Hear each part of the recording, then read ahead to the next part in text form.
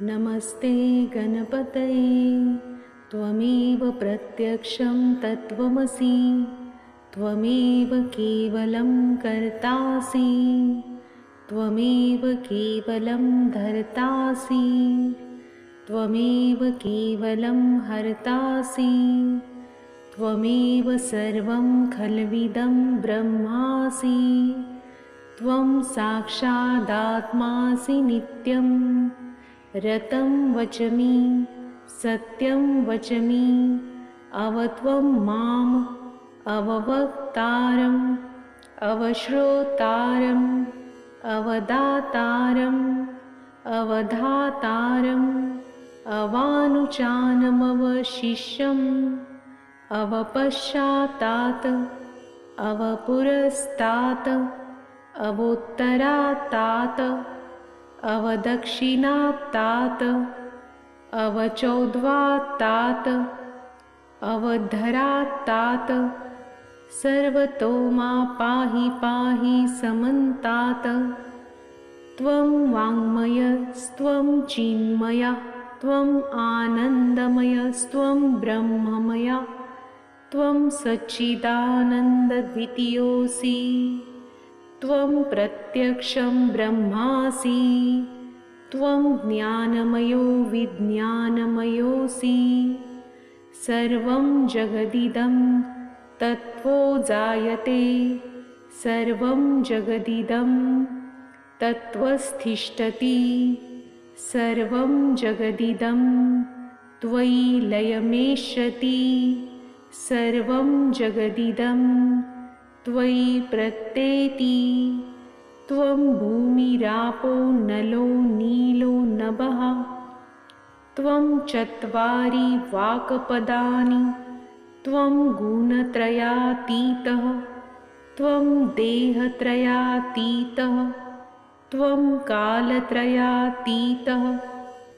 त्वं मूलाधारस्थितोऽसि नित्यं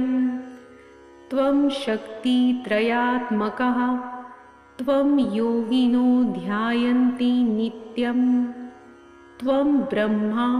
त्वं विष्णुस्त्वं रुद्रस्त्वम् इन्द्रस्त्वम् अग्निस्त्वं वायुस्त्वं सूर्यस्त्वं चन्द्रमास्त्वं ब्रह्मभूभर्वस्वरो गणादि पूर्वमुच्चार वर्णादि तदनन्तरम् अनुस्वार परतराः अर्धेन्द्रुलसितं तारेण रुद्धम्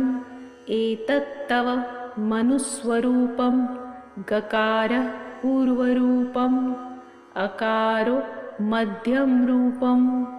अनुस्वार शान्त्यरूपं बिन्दुरुत्तररूपं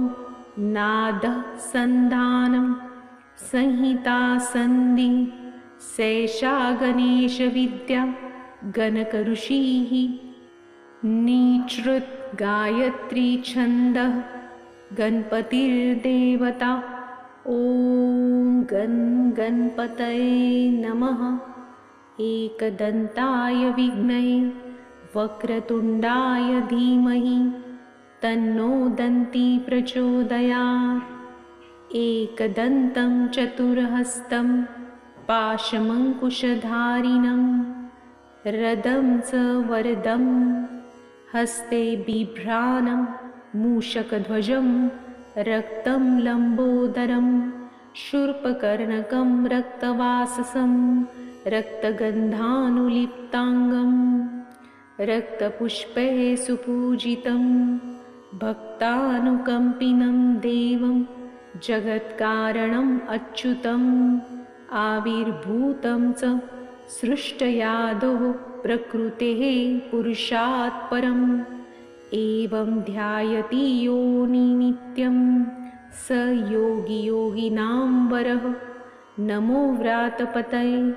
नमो गणपतये नमः प्रमथपतये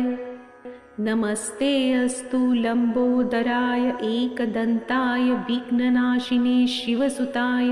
श्रीवरदमूर्तये नमो नमः।